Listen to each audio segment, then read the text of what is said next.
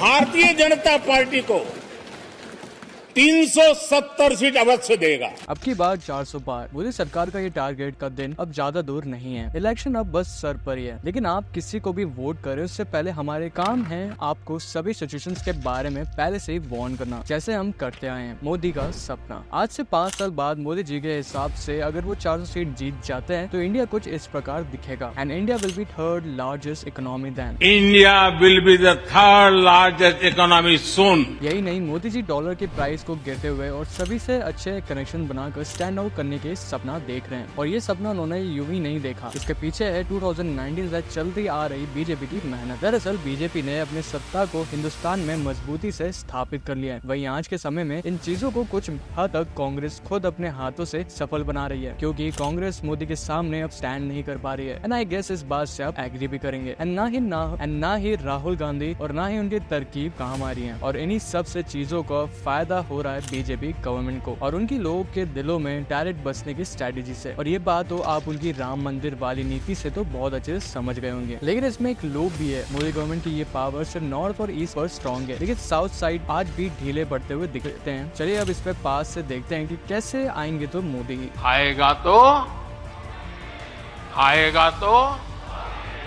History of BJP. साल 2014 आजादी के 67 साल बाद आज हमारे देश भारत में कुछ बदलाव आया। वैसे ये हमें अभी तक नहीं पता कि ये बदलाव पॉजिटिव होगा या नेगेटिव, बट आज पीएम मोदी ने शपथ ग्रहण करी है फॉर प्राइम मिनिस्टर पोस्ट। मैं नरेंद्र दामोदर दास मोदी ईश्वर की शपथ लेता हूं कि मैं विधि द्वारा स्थापित भारत के संविधान के प्रति सच्ची श्रद्धा और निष्ठा रखूंगा।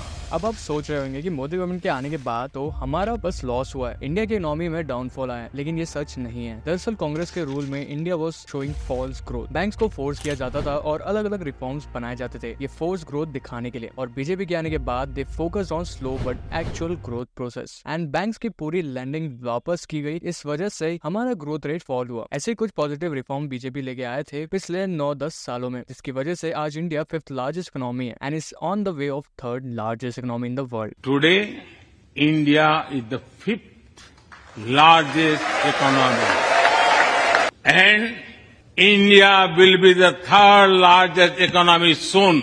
The new momentum of growth. BJP के आने के बाद नए रिफॉर्म्स और नई पॉलिसीज आई, जिस वजह से आज भारत नए सिरे से रूल होता है। और ये चीज आप सभी ने देखी होगी, प्राइवेटाइजेशन, कॉमन मार्केट सिस्टम यानी कि जीएसटी लाना और इन्फ्लेशन टारगेटिंग इकोनॉमी बनाना, जिसकी वजह से आज भारत 6 से 7% की इकोनॉमिक ग्रोथ रेट रखता है। अब कुछ लोग बोलेंगे कि ये ग्रोथ रेट तो बहुत कम है, Bharat should grow much faster, but I would suggest it is a correct growth rate, क्योंकि आने वाले कुछ समय में India will be disbalance trade economy. See being a developing nation, हम लोगों को डिमांड्स और नीड्स बढ़ती जा रही हैं, जिस वजह से इंडिया को ना चाहते हुए भी इंपोर्ट्स करने पड़ते हैं। एंड कोविड के बाद से इंडिया से एक्सपोर्ट्स तो कम हुए हैं बट इंपोर्ट्स कम नहीं हो पाए। दूसरा बड़ा बट स्लो ग्रोथ रेट का कारण है कोविड के 2 साल, जिसमें इंडिया मोदी गवर्नमेंट की इन्फ्लेशन प्रूफ इकोनॉमी के कारण ये लास्ट कर पाई है। एंड इस हिसाब से देखा जाए तो भारत का एक नया समय आया है मोदी गवर्नमेंट के बाद। Next 5 years plan of BJP government. हर जगह बीजेपी का मोमेंटो आ चुका है और शायद आप सभी पार्टीज को लेकर अपना एक डिसीजन भी बना चुके होंगे, लेकिन सिर्फ स्टेट लेवल प्लान्स काफी नहीं होते इकोनॉमी को रन करने के लिए। हमें ग्लोबली क्या क्या चेंजेस आने चाहिए और कैसे भारत रूल होगा, उन प्लान्स को भी जानना चाहिए। अब तक तो बीजेपी ने पिछले कुछ सालों में भारत का infrastructure, digital infrastructure, space mission और हेल्थ केयर सेक्टर को डेवलप किया है। अगर आप इनके बारे में डिटेल में जानना चाहते हैं तो मैंने ऑलरेडी इस पे एक वीडियो बनाया हुआ है, जिसका लिंक मैं डिस्क्रिप्शन में दिया हूँ, उसे चेकआउट करना मत भूलिएगा। इन सभी सेक्टर्स को डेवलप करने के बाद बीजेपी और मोदी गवर्नमेंट का प्लान कुछ और ही है, जिसकी उड़ती उड़ती खबर आपको मिल चुकी होगी। और मैं इस पे सिर्फ ये कहना चाहता हूँ कि नहीं, डेमोक्रेसी अभी खत्म नहीं हुई है और ना ही डिक्टेटरशिप लाई जाएगी इन इलेक्शंस के बाद। दरअसल मोदी गवर्नमेंट के 400 सीट पार करके इस बार की जीत के बाद अब बारी है 1 man 1 वोट सिस्टम को लाने की, जिसमें 1984 की तरह साइमल्टेनियस वोटिंग की जाएगी, जिसके अंदर आप एक ही बार में अपने पसंदीदा गवर्नमेंट को चूज कर पाएंगे। हर जगह के लिए लोकसभा और जनरल इलेक्शंस अलग अलग नहीं होंगे। दूसरा बड़ा स्टेप है CAA सिटीजनशिप अमेंडमेंट एक्ट लाने का। तीसरा चेंज है कि एक एक कॉन्स्टिट्यूशन का, जिसके अंदर पूरी दुनिया एक ही संविधान के अंडर आ जाएगी। मुस्लिम लॉ और हिंदू लॉ ये सब हटा दिए जाएंगे। Reality of dictatorship. अब कुछ लोगों का ये कहना होगा कि एक ही कॉन्स्टिट्यूशन का बदलाव लाने से डिक्टेटरशिप का रिस्क बढ़ जाता है, लेकिन ऐसा कुछ भी नहीं है। मोदी गवर्नमेंट का बस ये कहना है कि भारत में रहने वाले हर इंसान एक समान है, तो फिर उनके लिए अलग अलग लॉस क्यों किसी को 3 शादी और 3 तलाक का अधिकार है और वहीं दूसरे को नहीं? क्यों किसी को स्पेशल स्टेटस दिया जाता है और किसी को नहीं? इन चीजों को बदलने के लिए भारत में ये चेंज जरूरी है। वो बस हमें एक ही लैंग्वेजेस, एक ही स्टेटस और एक ही कॉन्स्टिट्यूशन के अंदर रखना चाहते हैं। हम अगर किसी चीज की पढ़ाई कर रहे हैं तो उससे हमें हमारी नेशनल लैंग्वेज में भी कर सकते हैं, उससे सिर्फ इंग्लिश में करना जरूरी नहीं है। कि जो व्यक्ति यूएन में जाकर के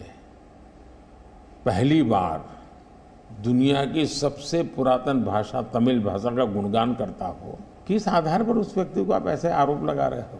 मेरा तो मत है, और मैं जब कपड़े अलग अलग राज्य के पहनता हूं तो उनको ही परेशानी हो रही है। मुसीबत उनकी है कि वो एक सांचे में देश को डालना चाहते हैं। हम तो विविधता की पूजा करते हैं, हम विविधता को सेलिब्रेट करते हैं। और मैं हमको हर एक को कहता हूं, जैसे हमने कहा कि भाई डॉक्टर बनना है, इंजीनियर बनना, मातृभाषा में क्यों नहीं बन सकता है? आई होप आपको ये वीडियो पसंद आई, तो 5 स्टार को लाइक एंड सब्सक्राइब करना मत भूलिएगा। हम आपके लिए ऐसे ही और वीडियोस लाते रहेंगे। तब तक के लिए thank you. da da da da da da da da da da da da da